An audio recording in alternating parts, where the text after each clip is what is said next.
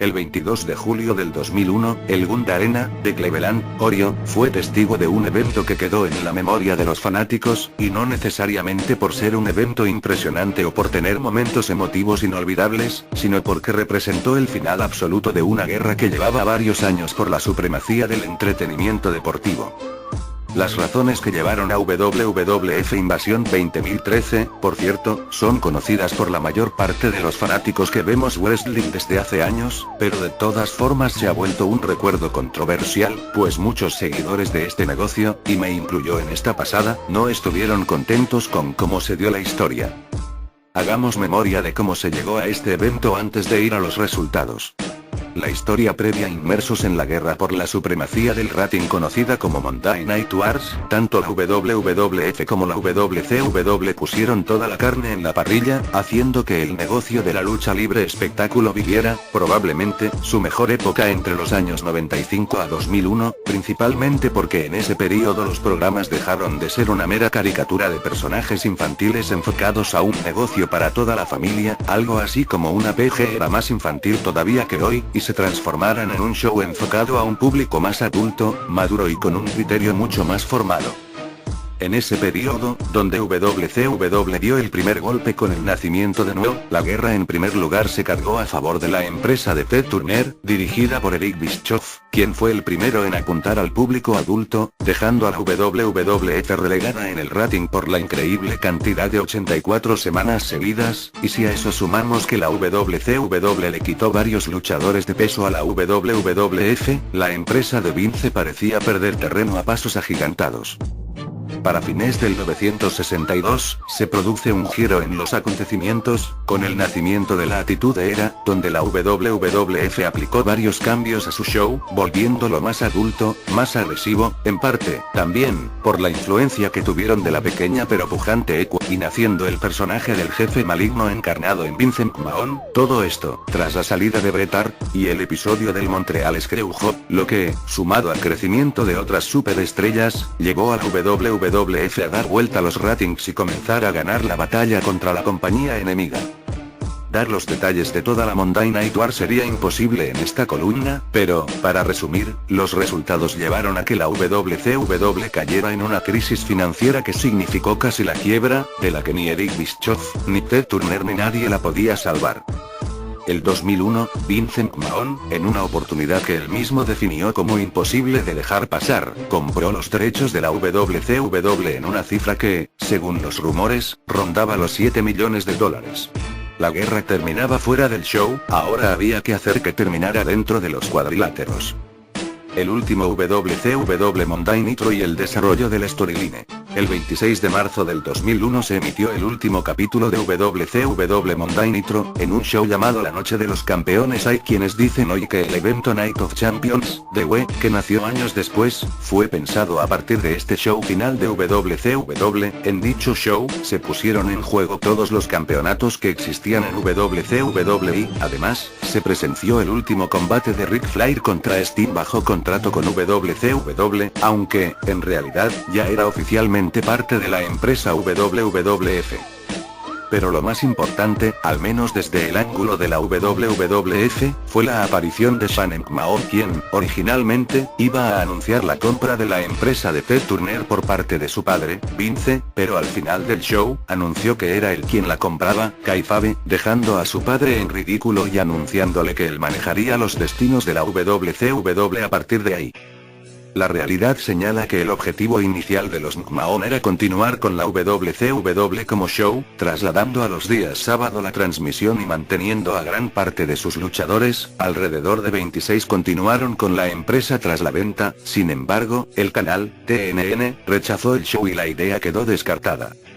Así, Vince decidió darle su propio espacio a WCW dentro de los shows de la WWF, Raw y SmackDown, entregándole unos 20 minutos por programa para que sus luchadores mostraran al público, pero esta idea no dio los resultados esperados, pues en aquellos tiempos los fanáticos que solían ir a los shows de la WWF, como fieles a la empresa, consideraban a los luchadores de WCW como inferiores a los de la empresa de Vince, y solían abuchear sus peleas o gritarles aburrido y cosas por el estilo. Dado lo anterior, Vince quería buscar una nueva forma de llevar esta adquisición y, en principio, utilizó a los luchadores de WCW como heels que se dedicaban a intervenir y a arruinar las luchas de los profesionales de WWF, pero la respuesta del público seguía siendo floja y los resultados no llegaban, por lo que el líder del Imperio McMahon recurrió a un viejo conocido, Paul Heyman, quien por esos años manejaba la Extreme Championship Wrestling, ECW, y, acordando la compra de la empresa especialista en lucha violenta, que, además, ya se encontraba declarada en quiebra, sumó al roster a las estrellas de este programa y decidió dar el giro a la historia, haciendo que naciera una nueva facción llamada The Alliance el 9 de junio de 2001. The Alliance, o la Alianza, era la unión de las estrellas de WCW, que, siendo honestos, eran casi puros midcarders más Booker T y Diamond Dallas Page, con las de ECW, todos bajo el mando de Shane McMahon y su hermana, Stephanie, quien fue anunciada como la nueva dueña de la empresa de Paul Heyman. Así, la historia tomaba un giro que se centraba en la batalla de los hijos contra el padre por destruir su compañía y quedarse con todo. Esta nueva facción atacaba, interfería y desafiaba show tras show a los personajes de WWF, se manejó de tal forma que derivó en un PPV llamado Invasión, donde la alianza enfrentaría a la WWF. Invasión 2001 el show. El PPV representó el inicio oficial de las batallas entre los invasores y los dueños de casa, con variadas peleas que marcaron el inicio de un feudo que terminaría, de forma oficial, en Survivor Series ese mismo año. El show contó con los siguientes combates. Edge y Christian, WWF, derrotaron a Lance Storm y Mike Awesome, de Alliance. Earl Hebner, WWF, derrotó a Nick Patrick, de Alliance, con Mick Foley como árbitro especial. Después de la pelea, Foley aplicó el Mandible Claw a Patrick. Teapa, Farouk y Bradshaw WWF, derrotaron a Sean O'Reilly y Chuck Palumbo, de Alliance. Billy Kidman, de Alliance, derrotó a X-Pac, WWF. Acá hay que comentar algo importante, durante el evento, el público apoyó casi siempre a los luchadores de la WWF, salvo en este combate, donde el personaje de X-Pac, que era él, no era muy querido, la gente incluso aplaudió el triunfo de Kidman. Raven, de Alliance, derrotó a William Regal, WWF. Tristan John, Shawn Stasiak y Hugh Morrus, de Alliance, derrotaron a Billy Gunn, The Big Show y Albert, WWF. Después de la pelea, The Big Show le aplicó 2 choques a Morrus y Stasiak y una J.O. Pacan John. Tajiri, WWF, derrotó a Taz, de Alliance. Rob Van Dam, de Alliance, derrotó a Jeff Hardy, WWF, ganando el campeonato hardcore de la WWF, en la única pelea por un título que hubo en este show.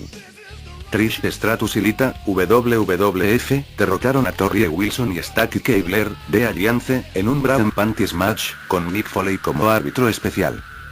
Team WCW/ECW, Booker T, Diamond Dallas Page, Rhino y The Dudley Boyz, con Shane McMahon, Stephanie McMahon y Paul Heyman derrotaron a Team WWF, Steve Austin, Kurt Angle, Chris Jericho, The Undertaker y Kane, con Vince McMahon, tras una traición de Steve Austin, quien atacó a Kurt Angle con una stunner y ayudó a Booker T a cubrirlo.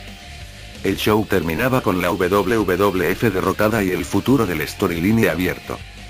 Las críticas al feudo, más allá de que el PPV fue bastante exitoso, recaudó un total de $10 millones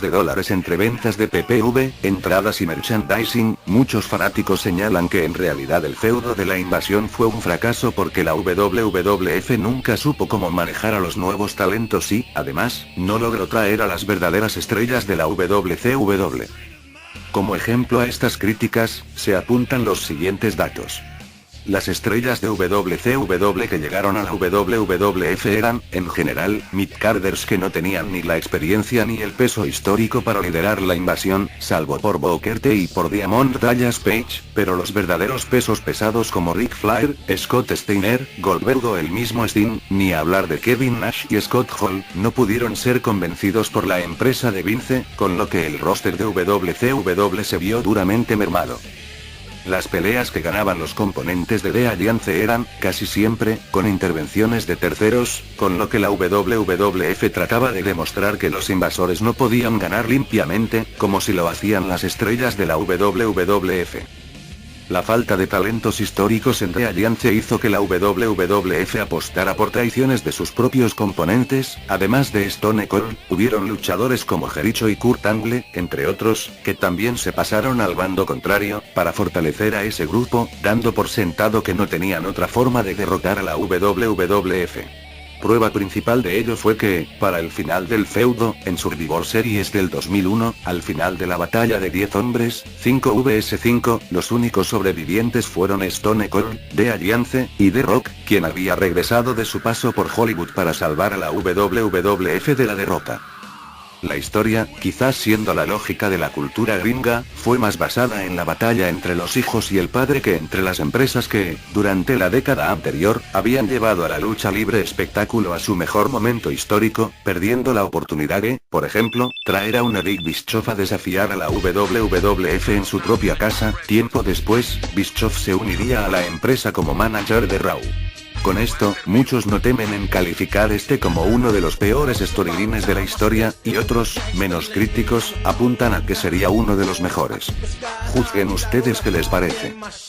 Lo cierto es que Invasion marcó un hito en la historia del negocio, pues finalmente, WWF, hoy, se quedaba como un monopolio televisivo sin competencia alguna, situación que perdura hasta el día de hoy, pues, aun cuando existen otras promociones como DNA, que cada día decae más, o los buenos circuitos independientes, lo cierto es que ninguno ha logrado ser amenaza para la empresa de Vince, ni por nivel de ingresos, ni por impacto a nivel mundial. Bueno, hasta aquí el vídeo.